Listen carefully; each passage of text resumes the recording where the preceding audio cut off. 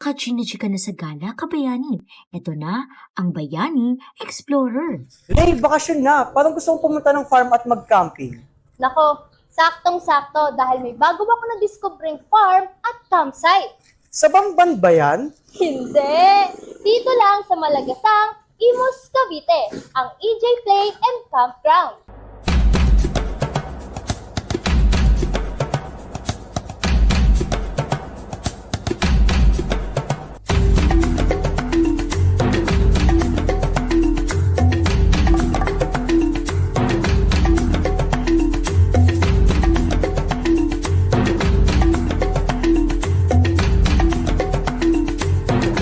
Ano pang hinihintay niyo mga kabayani? Tara't samahan niyo kaming libutin ang EJ Play and Campground. At kami ang magiging explorer nyo. Tara, G!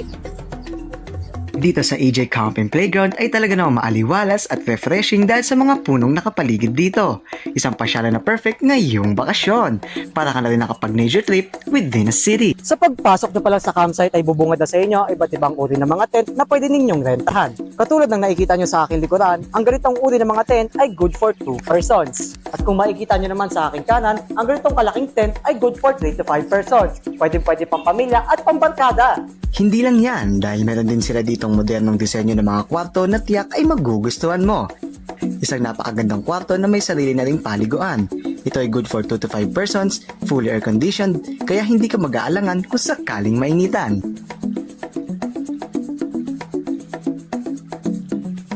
Kung ang hanap mo naman ay mala-probinsyang vibe, ay meron din sila ditong treehouse na sakto sa bucket list mo. Kung gusto nyo naman ng pamatid-init, saktong-sakto yan dahil meron sila ditong swimming pool. Dito sa activity area ay marami kang pwedeng gawin na iba't ibang activities gaya ng ATV kung hilig mo ang trailing adventures. Meron din silang palaruan sa mga bata kaya't siguradong mag-e-enjoy mapabata man o matanda.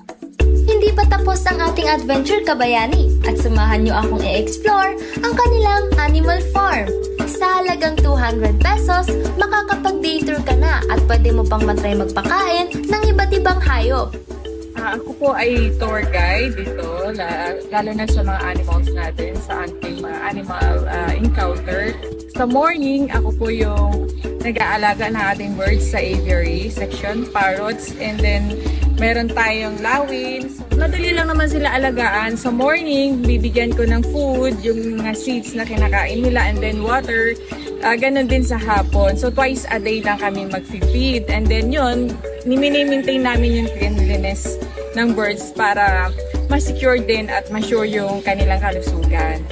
Kahit pa isang buwan pa lamang dito si Ate Glonor, ay mukhang napalapit na sa kanya ang mga hayop, gaya na lamang ng parrot na si Jim, na bibong ipinakita ang kanyang dance move sa amin.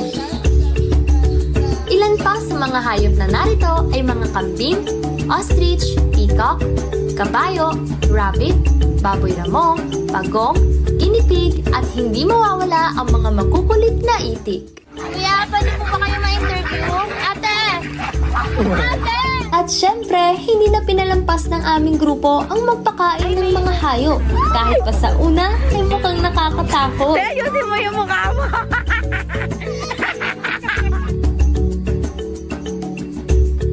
Mga kabayani, ito si Spicy, isang 16-year-old retired racer.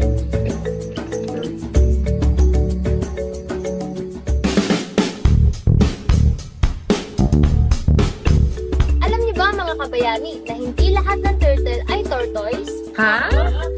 Pero lahat ng tortoise ay turtle. Ang pinagkaiba nila, ang mga turtle ay nakatira sa tubig, samantalang ang mga tortoise ay nakatira sa lupa.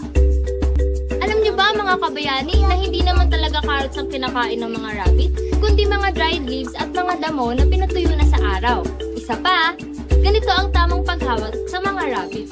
Alam niyo ba mga kabayani na ang ostrich ang pinakamalaking ibon sa buong mundo? Mukhang madadagdagan na naman ang bucket list niyo mga kabayani. Basta, huwag ninyong kalimutang mag-enjoy. Tandaan, importante ang mag-pause and rest. At sa ating pag-explore, don't forget to take good care of yourself and keep all the unforgettable experiences. Awat muna sa pagiging workaholic mga kabayani. Gumala ka muna dahil deserve mo yan! Ako si Ate Lay At ako naman si Kuya Mav. at kami ang inyong mga kabayani explorer.